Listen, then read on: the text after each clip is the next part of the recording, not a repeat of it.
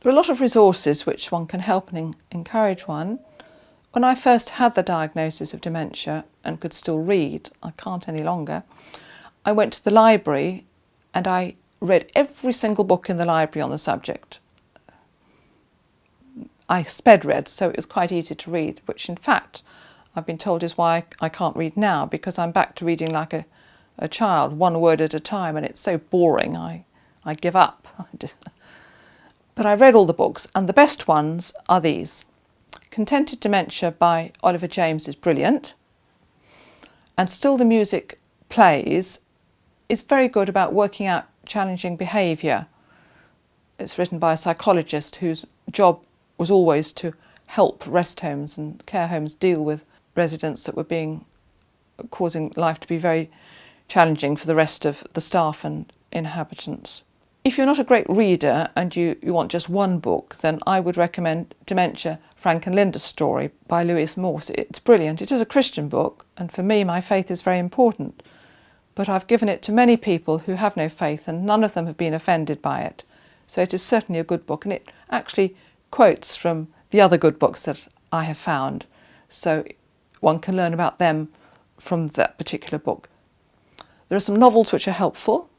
Still Alice is a wonderful story about a Harvard professor who gets early onset dementia and covers up so brilliantly, and I could identify with a lot of the tricks that she discovered to help her working for longer than perhaps many would.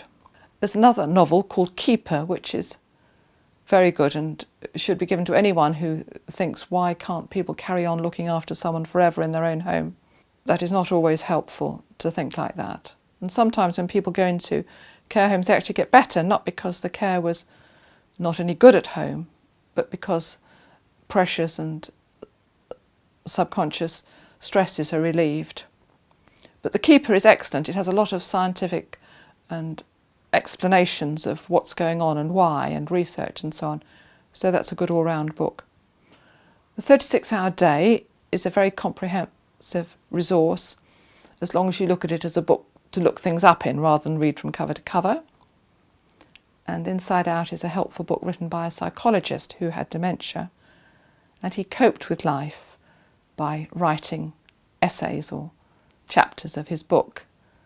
And reading it was quite interesting and quite sad. There were times when one thought, oh help, if only the family had understood. For example, he told his family, I just can't cope with doing the gardening anymore.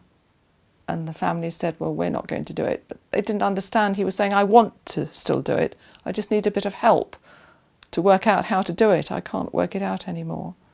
And they missed that opportunity. Now, if someone has a church background, there are a lot of Christian resources which are very helpful. And a lot of people with dementia were actually brought up in the days when it was the social norm to go to Sunday school or to go to church. And so it is familiar for them. Scripture Union do some brilliant things which are very appropriate for people with dementia. That's why they were written. And in the back of each booklet they have a CD of well-known hymns and songs which are lovely.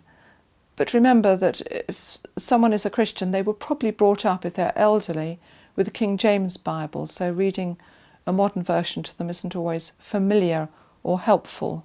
They can often remember hymns from the past as well, and that can be familiar and something they can join in with. Also, they can forget simple things, so they need reassurance of God's love and acceptance, that God accepts them no matter what, even when they're unravelling. Someone at my church said to me, when I said I was unravelling and finding it hard, they said, well, when my grandmother unravels things, it's always to make it up into something that's just as useful. So that's encouraging, that even if one does unravel, there are still positive things that one can contribute, and one can always encourage and inspire other people to carry on walking the path that we can't change, but God walks with us during the path.